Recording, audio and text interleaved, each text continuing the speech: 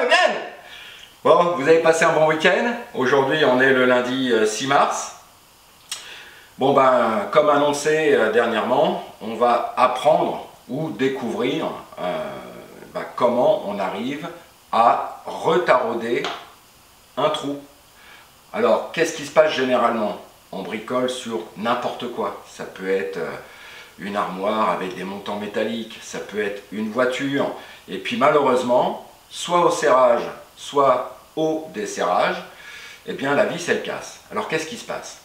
Bien souvent, sur nos véhicules, on nous dit qu'il faut serrer à tel couple. Exemple, 25 Nm. Mais si je ne dispose pas de clé dynamométrique, parfois je vais serrer mais bien au-delà des 25 Nm. Et qu'est-ce qui se passe? Eh bien l'acier des vis utilisées parfois ne supporte pas un serrage excessif et la vis, elle casse. Deuxième cas, je veux desserrer une pièce en vue de l'enlever, par exemple la nettoyer ou la changer si elle est abîmée. Et malheureusement la vis, elle est fortement abîmée. Elle a été peut-être aussi trop serrée. Et là, moi, maintenant, lorsque je veux la desserrer, eh bien, si la vis est un peu rouillée, elle va casser, malheureusement. Donc l'idée, parfois, c'est de refaire le taraudage. Le taraudage, c'est quoi, en fait? C'est dans un trou, on va dire lisse à l'intérieur, c'est pouvoir redonner un filetage, donc mettre des filets à l'intérieur de telle façon à pouvoir visser et dévisser par la suite une vis. Mais avant, générique!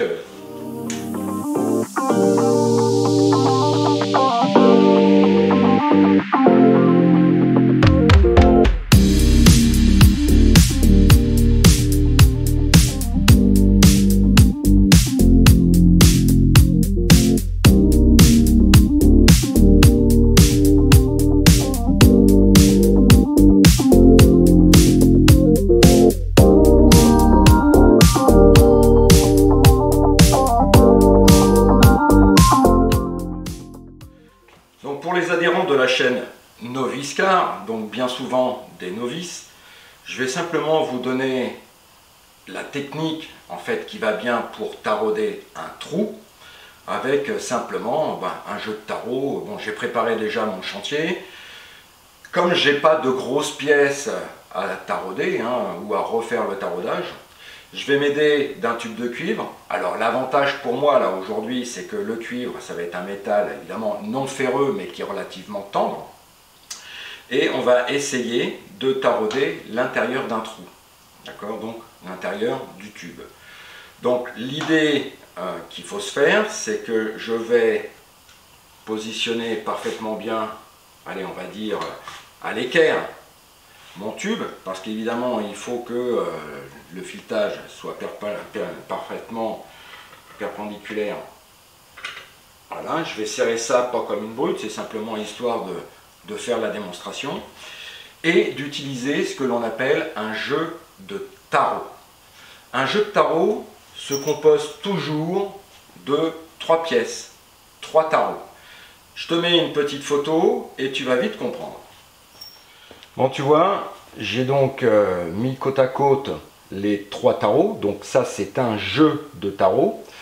Le premier tarot, on voit sur l'extrémité, il est beaucoup plus évasé. En fait, le filetage n'est pas agressif tout de suite. D'accord? Il est évasé de telle façon à ce qu'il puisse s'inscrire parfaitement bien dans le trou. Le deuxième tarot, on voit bien que la partie évasée est moins importante. Et dans ce cas-là, il va falloir faire une deuxième passe avec ce fameux deuxième tarot. En fait, le troisième tarot, on pourrait très bien appeler le tarot de finissage, allez, entre guillemets, en fait, lui, le filetage, il commence quasiment à l'extrémité du tarot, de la petite pièce, et les filetages sont beaucoup plus coupants, sont beaucoup plus agressifs, sont beaucoup plus finis. Dès que j'ai sélectionné mon jeu de tarot, il me faut un porte-tarot, de telle façon à ce que mon outil puisse se fixer à l'intérieur du porte-tarot de telle façon à pouvoir travailler aisément, facilement, avec un couple relativement important. Alors le couple, c'est la force, hein. Alors généralement, il n'y a pas besoin de forcer énormément, quoi. Donc je vais introduire, on va dire, mon tarot là-dedans. Je crois que mon tuyau va être un peu court. Bon, on va essayer comme ça, on va bien voir. Donc l'idée, c'est de commencer à inscrire le tarot à l'intérieur de mon trou. Bon, si maintenant ça ne va pas, au lieu de prendre du 6, là par exemple sur les tarots, c'est du M6 avec le signe multiplié par 1. Ça veut dire que c'est du diamètre 6 et le pas de vis c'est du 1 mm. Maintenant je vais regarder ce que j'ai dans la boîte, là, la petite boîte que j'avais trouvée cet été dans une brocante. Ouais, je pense que ça ne va pas le faire, mon trou est trop petit. Je vais changer de tube. Donc une fois que le filetage commence à prendre, tu fais un quart de tour et tu reviens en arrière pour casser le copeau. Même pour le premier tarot, hein. Alors, le premier tarot, on va dire que c'est pour dégrossir un petit peu le... Donc après, l'important, c'est quand même d'essayer de partir parfaitement dans l'axe du tuyau, hein, dans le cas présent. Je reviens en arrière. Et puis, le jour où tu dois tarauder dans un trou métallique, bon là, c'est quelque chose de tendre, mais on va garder la même gestuelle. Essaye de mettre un petit peu de lubrifiant. Donc le lubrifiant, évidemment, ça va faciliter la pénétration du tarot dans le tuyau ou dans le trou, hein, que tu veux évidemment tarauder, mais ça va aussi permettre le refroidissement, quoi, parce que forcément, dès qu'il y a usinage, de temps en temps, tu enlèves l'intégralité de ton tarot, parce que évidemment, dans les gorges du tarot, il va y avoir des copeaux, tu nettoies, tu les enlèves, et on recommence. Donc là, ça va tout seul, hein, puisqu'on avait commencé déjà à tarauder. Là où ça devient dur, c'est que, bah, évidemment, tu n'avais pas commencé, tu n'avais pas... Voilà, un petit peu d'huile.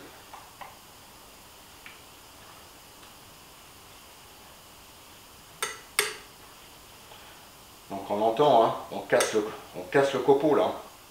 Donc j'ai passé le troisième tarot. Bon, je pense que ça devrait être bon là. Je vais pouvoir enlever le tarot avec son porte-tarot. Et je vais faire un essai avec la vis qui va bien.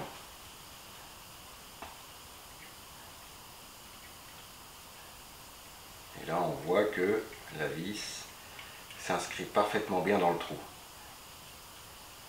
Voilà, alors il est évident que lorsque tu dois tarauder, si tu prends du diamètre 6, il ne faut pas percer à 6 mm. Déjà le trou sera trop grand, quoi. Donc généralement, si je dois tarauder un trou de 6, au démarrage, je vais peut-être percer à 5, quoi. Et puis après je taraude et les filets vont faire que ça va vraiment s'inscrire dans le diamètre 6, quoi. Voilà, donc on perce plus petit, on usine avec les 3 tarots, et tu verras que tu vas retrouver un trou parfaitement bien fileté, et ça ira parfaitement bien. Enfin, quand je dis fileté, un trou parfaitement taraudé. Bon, là encore, pour les novices, alors évidemment, ça suppose d'avoir un jeu de filière et un jeu de tarot. Maintenant, si tu es vraiment embêté, tu vas dans n'importe quel magasin de bricolage, tu vas trouver forcément les tarots qui vont bien. Alors c'est vrai qu'il y a un budget là, par contre, si tu achètes ça à neuf, à mon avis, les 3 jeux de tarot, ça doit douiller un petit peu, quoi. Mais lorsque on casse une vis, par exemple, dans sa culasse, par exemple, là on est vraiment dans l'embarras.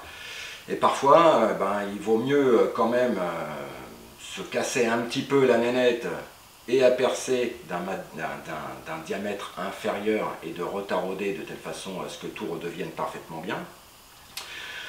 Bon, il existe des petits artifices, hein, où dans ce cas-là on perce un petit peu plus gros et puis on emmanche déjà un filetage à l'intérieur du trou, on en reparlera un petit peu plus tard. Là, le but de la petite démonstration de ce tuto, c'était de vous montrer en gros comment on arrive à redonner le filetage, le pas de vis à l'intérieur d'un trou. C'est ce qu'on appelle le taraudage. D'accord? Donc ça, c'est à la portée de n'importe quel débutant, à n'importe quel novice. Évidemment, sous réserve qu'on soit un petit peu outillé, quoi.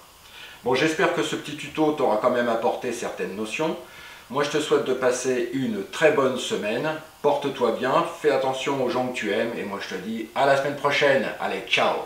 Bye.